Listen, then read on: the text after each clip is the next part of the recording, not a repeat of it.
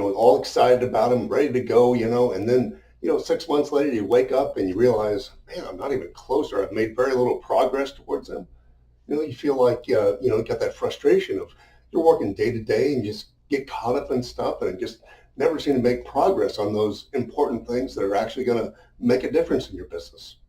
If you've been in business any period of time, or, well, let's face it, in life in general, you probably experienced this. My name is Robert Poole, and today I'm going to show you exactly how you can fix this problem and how you can actually move the needle in your business and not get caught up in the day-to-day. So, the real problem is that, hey, we're all busy, especially as business owners. It's like, if we're not busy and taking action constantly, we're not growing. We're not going to survive in business. So it's kind of a necessity, but it's also very easy to get caught up in the day-to-day, putting out fires, the typical emergencies, those emails that come in the morning, problems with employees, problems with clients, problems trying to figure out what to do, how to pay the bills, all that good stuff, and so even with good planning and, trying to figure out, hey, we want to achieve this goal and we're going to take these steps and do all this. And, a lot of times, we get, again, lost in the day-to-day. We find we're not making progress.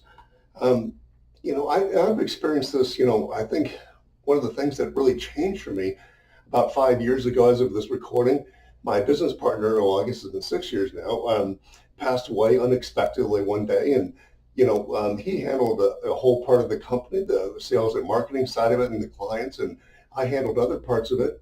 And suddenly I was thrust into the spotlight. He was the face of the company before I was there. And so all of a sudden my role completely changed. My work doubled.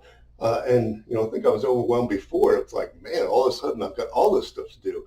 And, I was running around like the proverbial chicken with the head cut off, putting out fires here and there and just feeling like, where am I going to go? And so what did I do? I tried to do the typical, what I do, set goals, and then, they'll recommend, that, you review your goals, every day, put a thing up on your mirror and all that kind of good stuff. And I've done that for years, and that's helpful. But, sometimes, I would find that there just isn't enough time in the day, and I'm doing all these things. I'm like, I got to get this done. So I don't have time to sit down and think about, how I can grow my business, and, the problem is we're doing the same thing again and expecting different results, the whole definition of insanity thing. And then I would find myself going down rabbit holes and, I'd set a goal and then wake up a few months later and realize, oh man, I've been chasing the wrong rabbit. I've been going down, the wrong way. And, what really changed, because I was so frustrated with this whole situation, and overwhelmed, I went to a Tony Robbins Business Mastery event, which is like a 5-day seminar type of thing. And one of the speakers that he had there was a guy named Keith Cunningham, who wrote a real good book. It's called The Road Less Stupid. I recommend it to all my clients, and really got a lot out of it. But probably the biggest thing I got out of it was a concept that he called thinking time. And it's about setting aside time strictly to think about your business, think about the big picture, and think about, strategic type of stuff and not the day-to-day. He talked about, how he was in a room years ago. This is back in the 80s. If you're my age, you probably remember a guy named Michael Milken, who was the junk bond king back there, very successful. And, he was quite famous and unfortunately got himself in trouble later on. But Keith Cunningham's talking about this, and I'm trying to recount the story, but it's in the book and I'll probably butcher it. But he talks about how he was in this meeting room, this conversation with all these high-powered executives trying to do this deal, and Milken was involved, and he came in with his, entourage of people, whatever, sat down, and they were discussing the deal and all that. And then they asked something, a question to Milken about something significant, and Milken kind of paused for a second, and he said, okay, and he wrote it down. He said, okay, I have Thursday morning at 5:30 a.m. I'm going to dedicate 30 minutes to think about that. And the point is, it really struck Keith Cunningham, and he said, wow, this guy, who's brilliant, of course, dedicated and scheduled a specific time to think about a topic. And that really resonated with him, and it resonated with me. And he recommends you do this kind of thinking time. He talks about it all throughout this book. And so what I did is I took that concept and I made it my own, and I developed what I call owner time. And it's really basically what I do and have done for years now is take 60 minutes per day. And that sounds like a lot, dedicating an hour to something every day, but and I split that into two 30-minute segments. The first part is the first 30 minutes is what I call, the thinking time, just like the 𝐏𝐸𝐤𝐤 thing.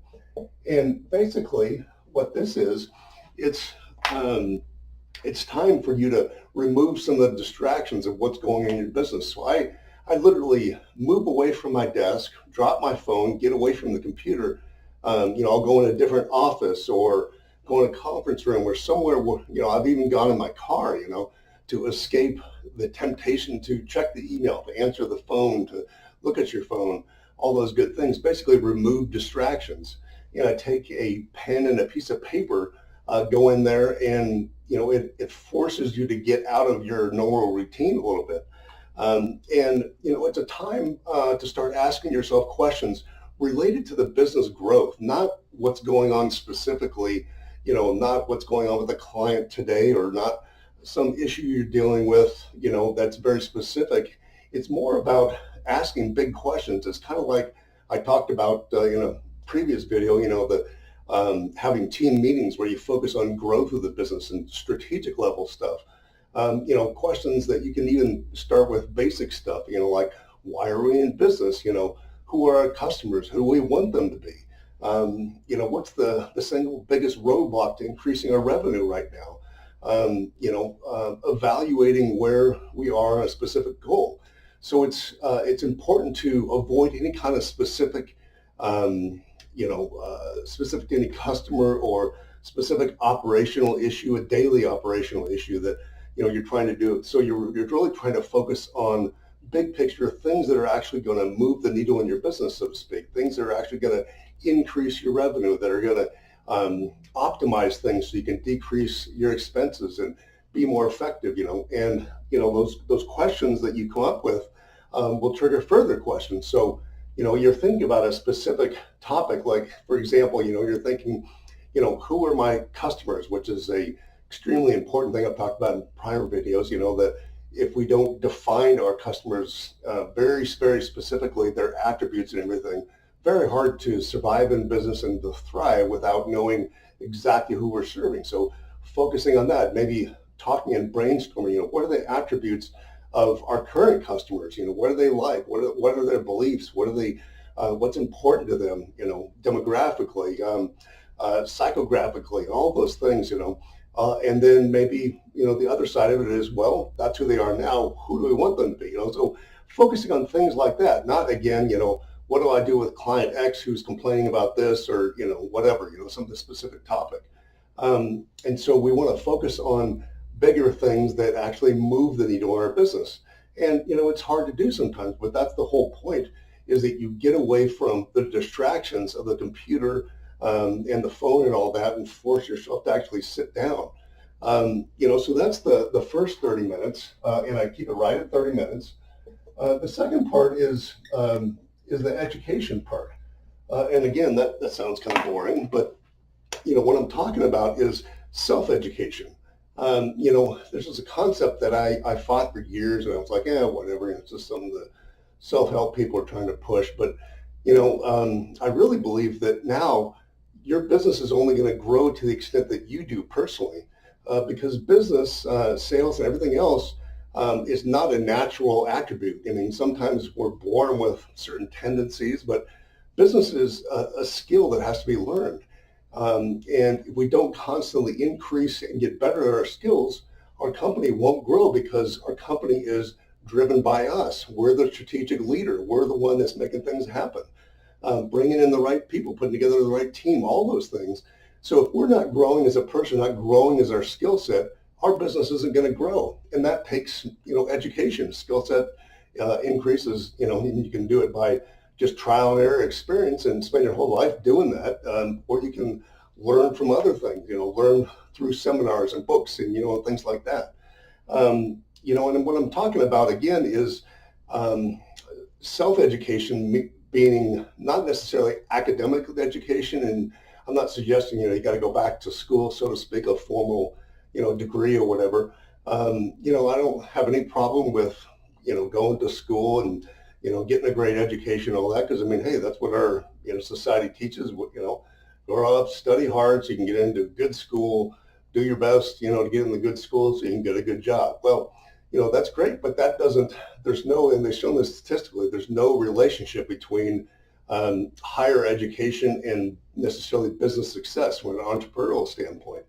A lot of very successful entrepreneurs have a high school education or an eighth grade education, whatever. So although it's great, it doesn't equate. So we don't necessarily need to.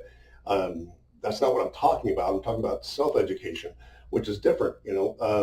One of my favorite movies of all time, Wall Street. If you're old enough to remember that movie back in the 80s, Gordon Gekko, the evil character, says to Bud Fox, he says most of these Harvard, whatever is going up to, dog poop, so to speak. Give me people who are small, as you say, poor, smart, and hungry. And what the point is that, when it comes to business success, it's not a requirement. And don't get me wrong, I'm not bashing higher education. I think it's great. It's something positive.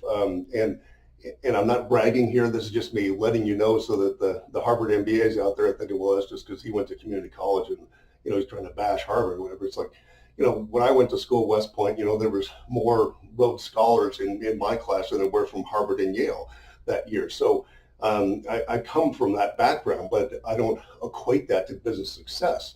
So just because you don't have that, it doesn't have any relationship to how you can succeed in business, although it's a good thing. So again, if you look at self-education, particularly these days, and point the last few years, last 10 years probably, there are so many resources, and the difference between, an academic 4-year degree or an MBA, whatever, is that you're forced to go through these classes and you spend time at the pace that the rest of the class is going, because the slowest, person in the class, so to speak, they've got to tailor it to that versus wherever you are. That's why I personally have a really hard time sitting in a classroom, because I'm like, okay, I got that concept, on to the next, I don't have time.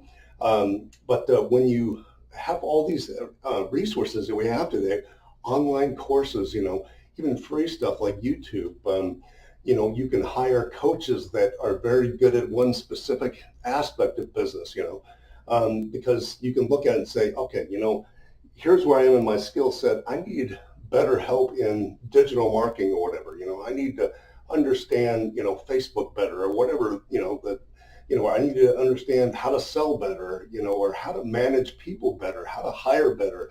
Well, you can go out and find those very specific resources. So as you need and you see the holes in your own skill set, you can go out and fill those very quickly.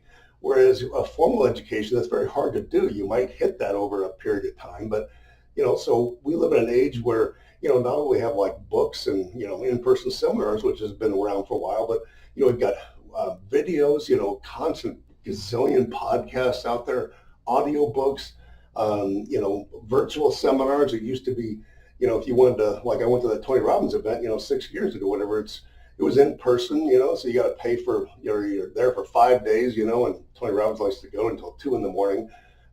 And so it's exhausting. And, you got to pay for hotel, flight, take time off work, etc. Now, they have seminars that are all via Zoom, and, you could attend a seminar for 3, 4, 5 hours a day, all via Zoom, and, go home and sleep in your own bed, and, just cuts down the cost. So not only is it more effective, but it's cheaper to be able to tailor your education, so to speak. It's like going to a higher education and only picking electives that you want without having to take the other classes just to get to a degree. Think about it. What do a lot of professionals that are licensed have to do? Doctors, attorneys, real estate people, they all have continuing education requirements. Every year they have to do a certain amount of classes or whatever.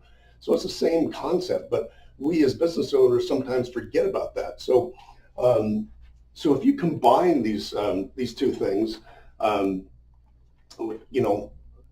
it's very powerful, but let's get in the real world here. It's kind of tough. As soon as I said, you got to, I'd spend an hour a day doing this. You're thinking, well, I don't have an hour for that.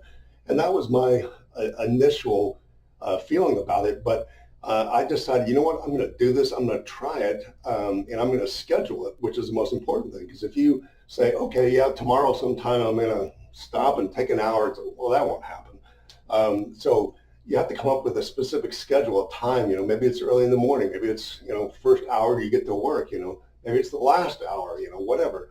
But it's got to be in your schedule, just like an appointment. And initially you have to force yourself to do it. It's going to feel weird, it's an investment, but it'll pay off. I remember when I first started doing it, I would close my office door, go in the office next door, whatever that was empty, and I felt like I was, I felt kind of guilty. I didn't want to tell anybody. Yeah, the boss is in there, I felt like I was screwing off or something. The boss is in there just working on something or whatever. But so it's very uncomfortable, like a lot of things when you're first doing it. But over time, I found that it's like, this is where I'm most effective and I get great ideas. This is where I realized, oh my gosh, we're totally off track, in trying to do this strategy, implement this thing, what we need to do, we need to turn that around and shift, because, that keeps us from going down those rabbit holes that come and bite us, 6 months later.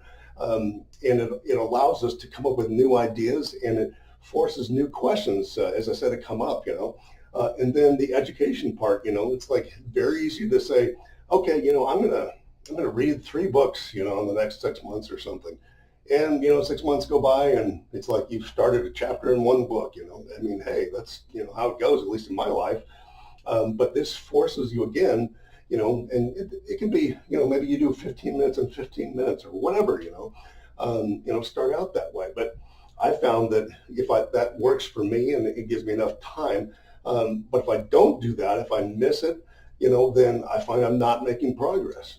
So, again, if we don't slow down and intentionally take time to work on these issues, to work on the bigger picture, the needle movers in our business, they're not going to happen. We just caught up in that hamster wheel and it just keeps going forever, until we keel over, and are just worked ourselves to death.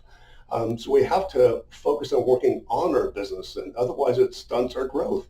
And we have to have that daily habit of increasing our skill set, growing, because if we're not growing in our skill set as a business owner, we're shrinking. There's no standing still. You're either getting left behind by technology and trends in business, everything else, or you're keeping up with it and you're exceeding it so you can be on the front line. So it's critical for our own business success to step back and take that time, again, to think about things and to educate ourselves. So using this technique will reduce your stress and it will really increase your revenue. So this is worth your time, and like I said, uncomfortable at first, but will pay off in the long run. So I hope this was helpful. Please, if you're not subscribed to the channel, we've got all kinds of great videos coming out every week. So subscribe and rate and put your comments in here. We always try to answer those personally. So I appreciate your time.